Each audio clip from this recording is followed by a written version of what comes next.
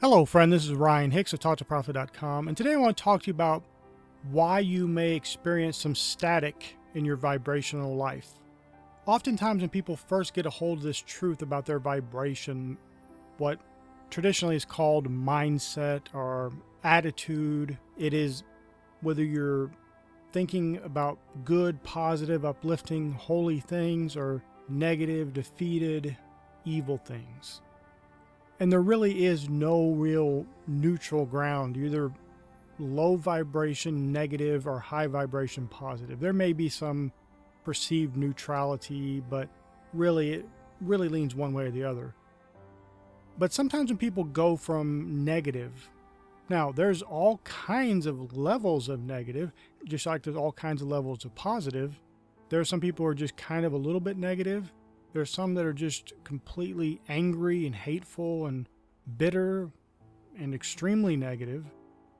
There's all kinds of variations. But when you're going from any level of negative vibration to positive vibrations, until you've had that consistency of a sustained positive vibration, sometimes people experience what I call static.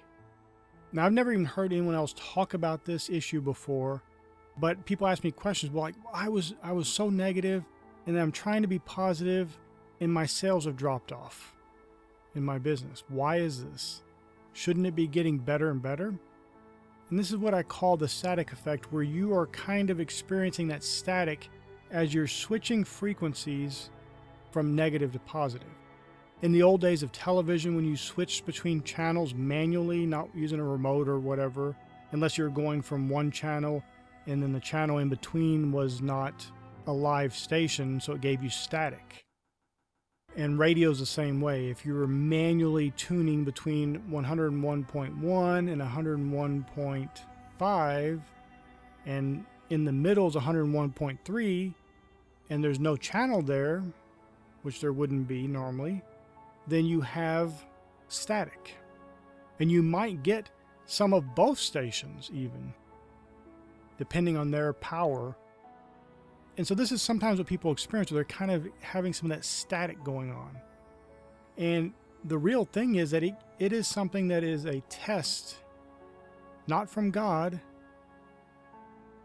but it's part of the way the universe works. Are you going to sustain a long-term positive vibration, or are you going to revert back to the things you've known before of negativity? And so what happens is, when you have whatever level of negative vibration you're operating in, there is some consistency there, because obviously your brain has frequencies, so it's vibrating certain frequencies depending on the time of day, whether you're asleep or not, whether you're focusing diligently or not. Your heart has a different vibration. There's various multiple vibrations going on in your physical body, but the vibration we're talking about of mindset, of where your thoughts are, that inner man, the mind, what it is creating, this will determine what you experience. And so sometimes people think they're positive because they're no longer as negative as they were, but they haven't moved to positive yet. They're just at a little bit higher level of negative vibration. Now, here's the important thing to note.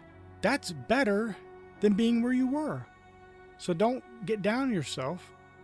There is oftentimes steady steps of progress toward that end goal of being in a sustained state of high vibration. So don't give up. This is often what people do. They experience the static where they're not really at the high vibrational state yet, and they give up. Oftentimes it happens almost immediately.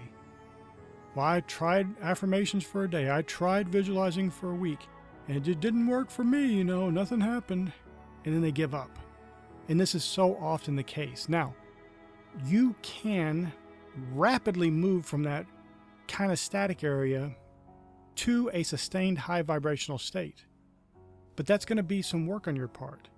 But this is something you should work at. This should be your most noble goal outside of your initial salvation, is to get this right. To make Philippians 4:8 your life motto. That's what you live by. That's what you speak. That's what you think.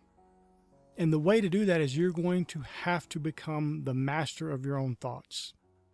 Not led about to and fro, not wavering, not talked into things by the media and the people in power, but you will be the master of your own thought life. You know, it's interesting, Viktor Frankl, when he was in a concentration camp, that's one of the things he discovered was they couldn't take away his own mind, what he thought.